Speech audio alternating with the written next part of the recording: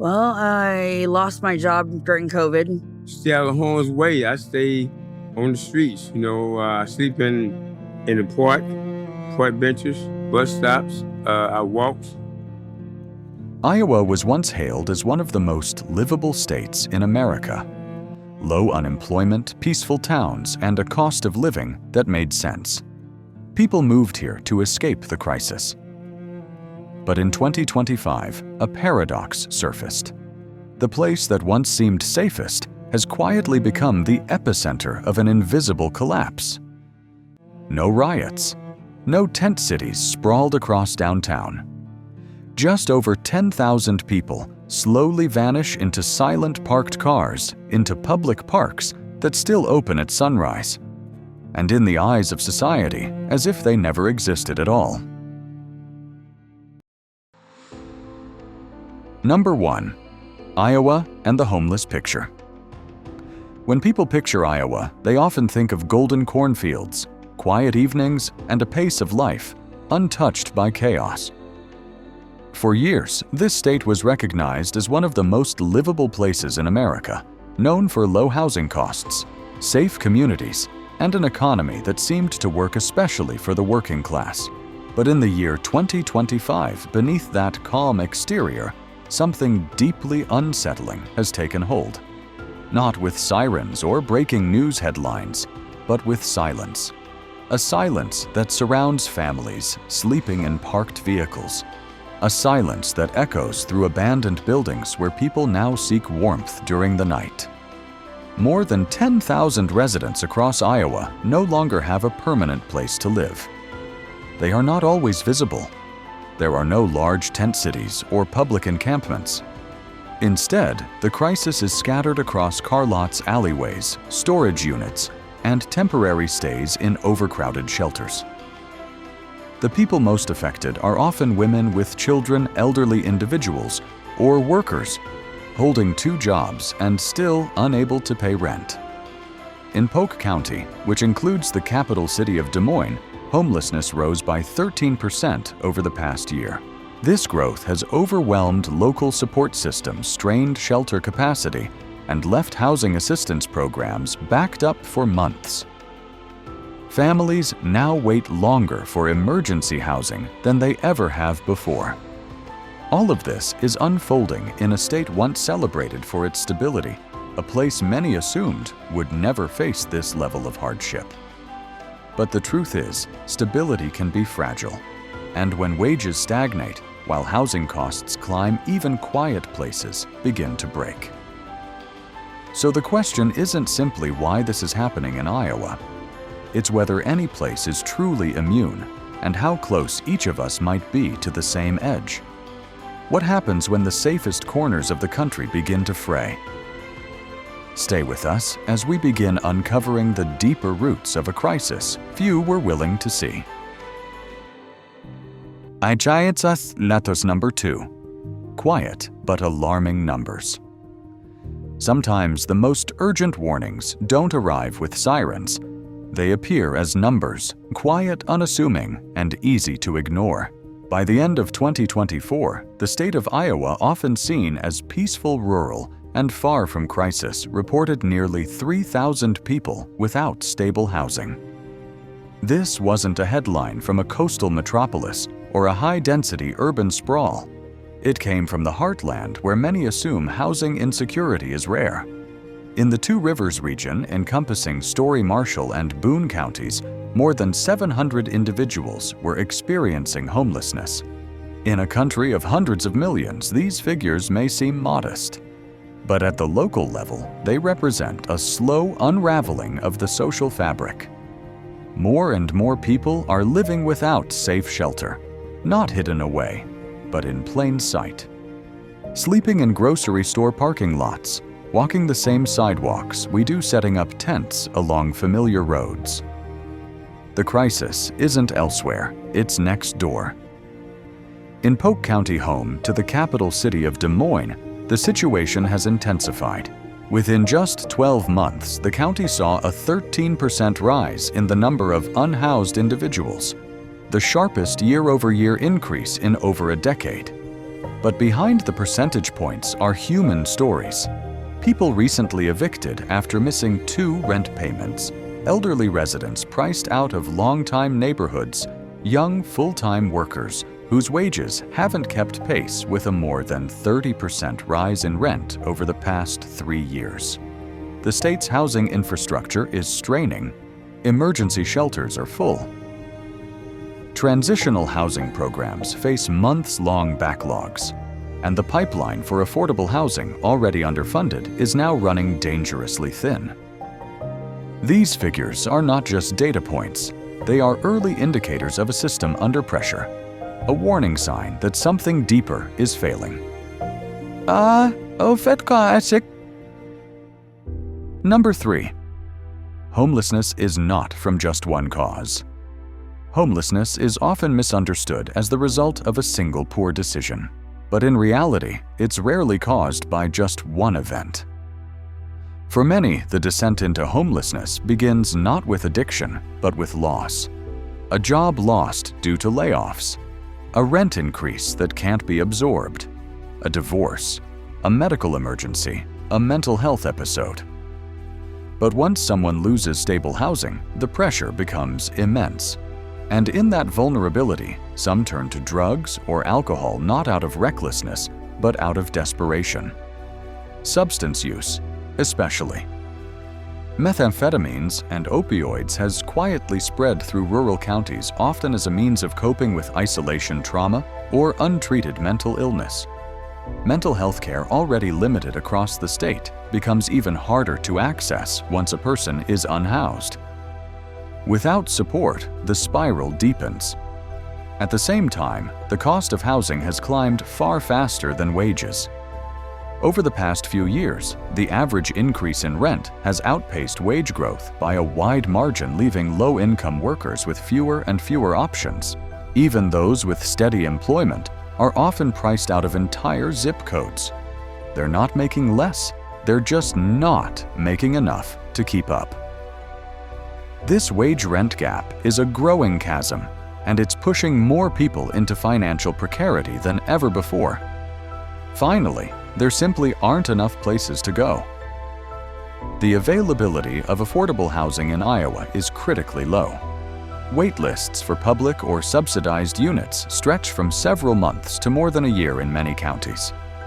Families in crisis are told to wait to call again next week to hang on. But housing is not something people can pause.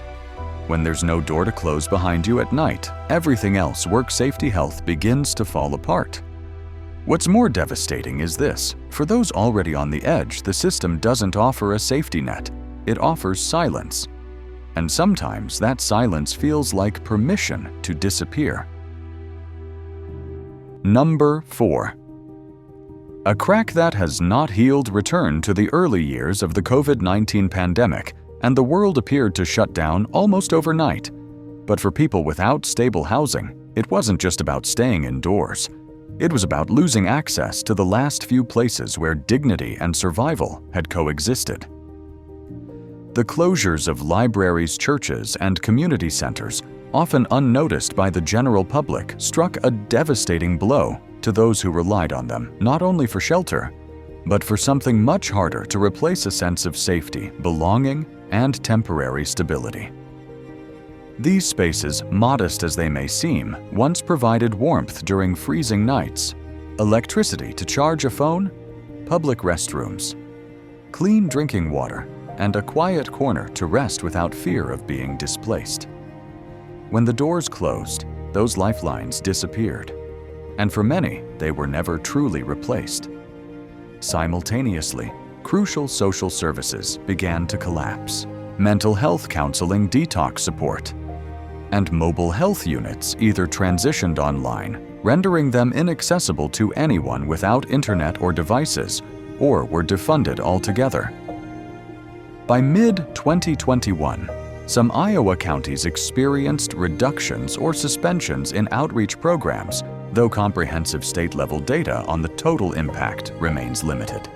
This wasn't a temporary pause. It was the beginning of a long-term erosion of care infrastructure that many vulnerable populations depended on to survive. Unemployment soared, especially in low-wage sectors like caregiving, food service, and retail. These were the jobs that couldn't be done remotely, and they disappeared almost instantly. With paychecks gone and eviction protections expiring, the consequences came quickly. Alongside financial hardship came a surge in medical debt and mental health crises. The aftermath left lasting scars. According to state health data, overdose deaths in Iowa, particularly from fentanyl, increased by about 23%. Between 2019 and 2024, less than the national increase. Crisis hotlines recorded record call volumes. However, for many caught in this spiral, help was either unavailable or too slow to matter. COVID didn't simply expose the flaws in the system, it deepened them. And for those already balancing on the edge, the pandemic didn't fade with vaccines or reopenings. It lingered quietly, reshaping the very boundaries of what survival looks like. Number 5. The silent enemy of the homeless. For people experiencing homelessness, the most terrifying thing they face isn't violence or even hunger. It's the weather. Iowa may not often dominate national headlines for climate disasters, but here the elements cut deep. During winter, temperatures can fall to minus 25 degrees Celsius, blanketing streets in ice and silencing the landscape with dangerous wind chills. For those without shelter, this cold is more than discomfort. It's deadly. Car interiors turn into freezers. Park benches become altars of frostbite. And for every layer of donated clothing, the wind finds a way through. In the heat of summer, the dangers only shift in form. High humidity makes it difficult for the body to regulate temperature, and without shade or consistent access to clean water, heat stroke and dehydration arrive quickly. Iowa's heat index has climbed steadily, making long days outside not only miserable, but medically unsafe. Several counties have reported increased emergency calls for heat-related illness, most involving individuals without stable housing. Then there are the storms, sudden, violent, and impossible to prepare for when you live outdoors. On May 21, 2024, the town of Greenfield was devastated by a powerful tornado, one of the deadliest to hit Iowa in recent years. The storm tore through homes, toppled trees, and scattered debris across rural areas where many unsheltered residents had found refuge. Emergency responders reported multiple injuries among unhoused individuals, some of whom had been living in cars, barns, or makeshift tents on the outskirts of town. In moments like these, being unhoused doesn't just mean being vulnerable. It means being invisible until tragedy strikes. Shelters fill quickly during extreme weather, but capacity is limited and resources are thin. Warming and cooling centers open sporadically, often too late, and close just as quickly. Outreach teams stretch their efforts across wide counties, but still many are left behind. In Iowa, weather isn't just a condition, it's a confrontation. And for those without a roof, it is a daily reminder that nature shows no mercy to those society already forgot. Number 6. Shannon Carlson's journey. To understand the reality of homelessness in Iowa, come meet Shannon. She won't ask for sympathy. She doesn't want pity. But what she offers quietly, consistently, is a glimpse into the overlooked, a world lived in shadows, with dignity still intact. Shannon Carlson has lived without a permanent home for over 17 years. She used to have her own place. She ran a small salon from her living room, styled hair, wrote short stories, and kept every receipt in order. But then came the breaking points. A violent partner, unresolved trauma, and a public system that failed to protect or repair. What she lost wasn't just housing. It was stability, identity, and the invisible privileges that most people don't even realize they have, like a phone and ID. A place to keep warm socks dry. One of Shannon's greatest struggles now is living without a cell phone. It means she can't call for help, schedule appointments, or apply for housing programs. It also means walking everywhere, sometimes for miles, just to ask a question or check in with a service provider. Even if someone wants to help me, they can't reach me, she says. And I have no way to reach them either. She also lacks government ID and a social security card, just like many others living on the streets. Without those, every job opportunity slips away before it begins. I've had plenty of offers, she tells us, but they won't hire me if I can't prove who I am. During the biannual count conducted by the Bridge Home, which surveys homelessness across Boone Green Hardin, Marshall and Story County's staff and volunteers hand out essential supplies: water in summer, gloves in winter, and little bags of survival. Shannon gives back however she can. She guides others to resources, returns lost items, shares what little she has. Still, people judge her, assuming addiction or instability simply because she lives outside. "This isn't a movie," she says softly. "It's not a role I'm playing. I don't want to be here, but here I am."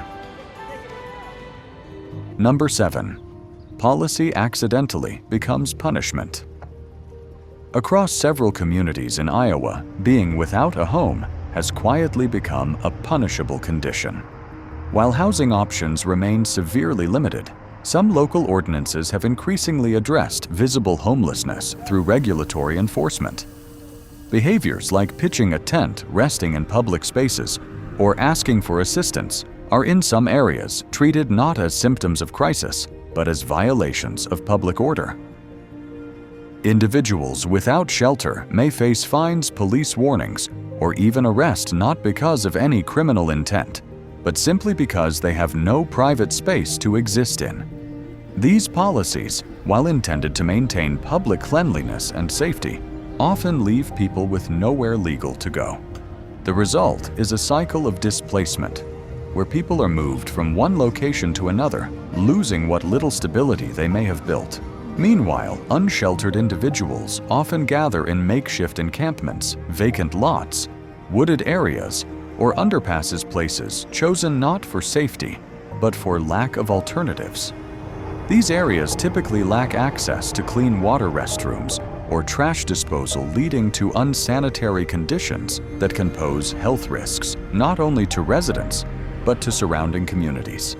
Outreach workers report frequent cases of respiratory issues, infections, and untreated medical conditions exacerbated by prolonged exposure to the elements and poor hygiene infrastructure.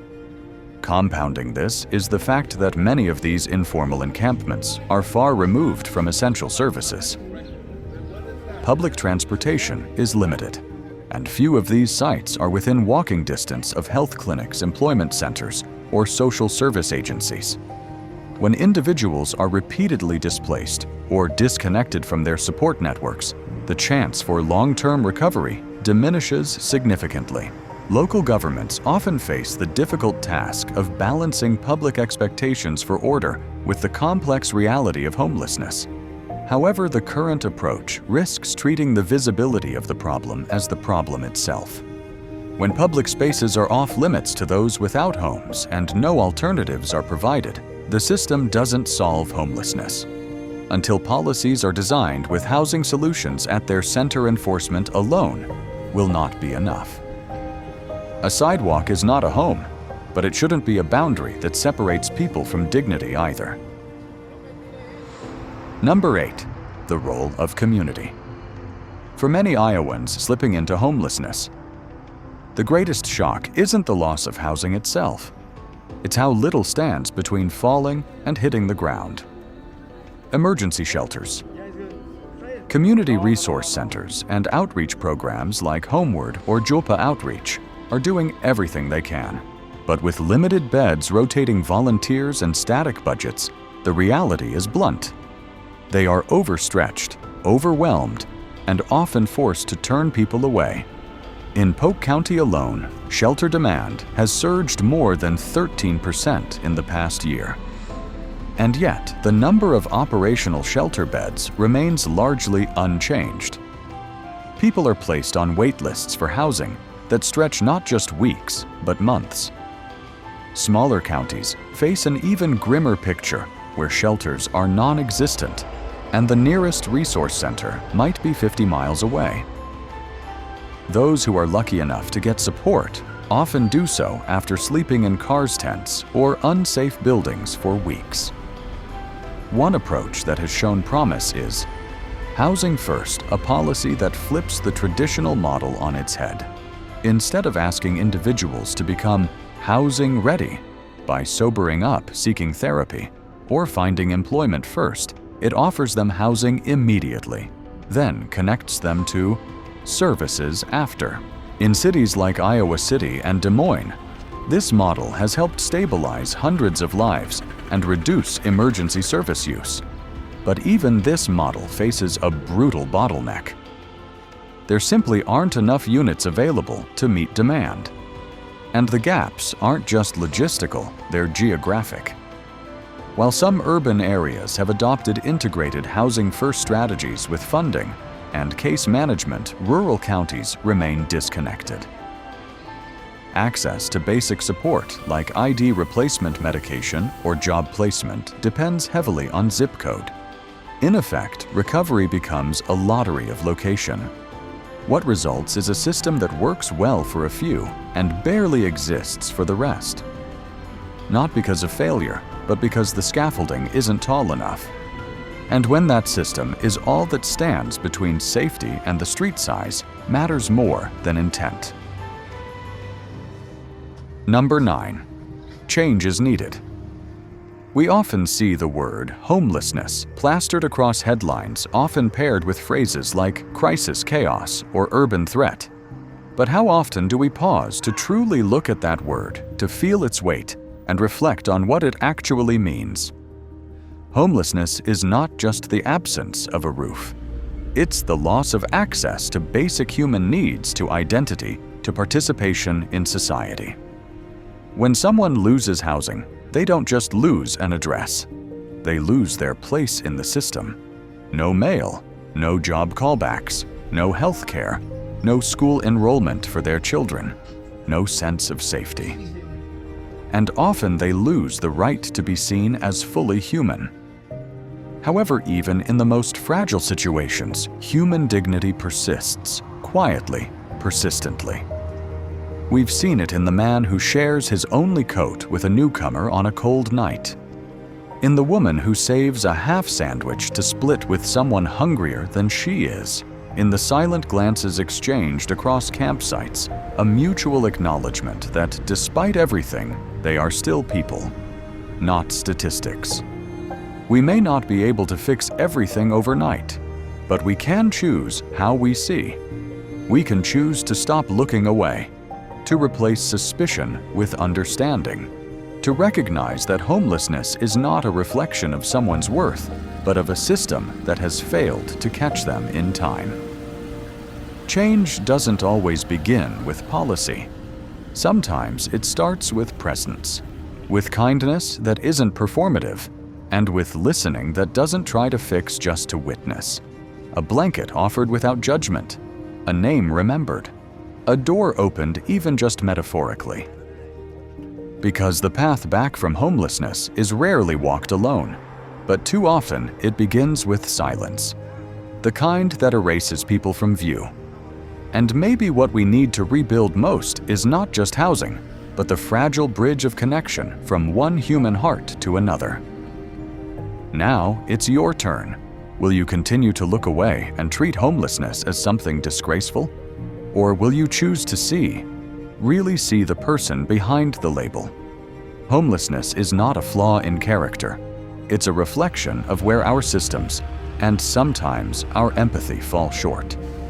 The stories we've shared are not meant to invoke pity, but perspective to remind us that behind every tent, every bench, every silent sidewalk is a life, a voice, a name. If this journey moved, you challenged you, or simply made you pause, don't let it end here. Like this video, subscribe to NVL Travel Documentary, and help us keep telling the stories that matter.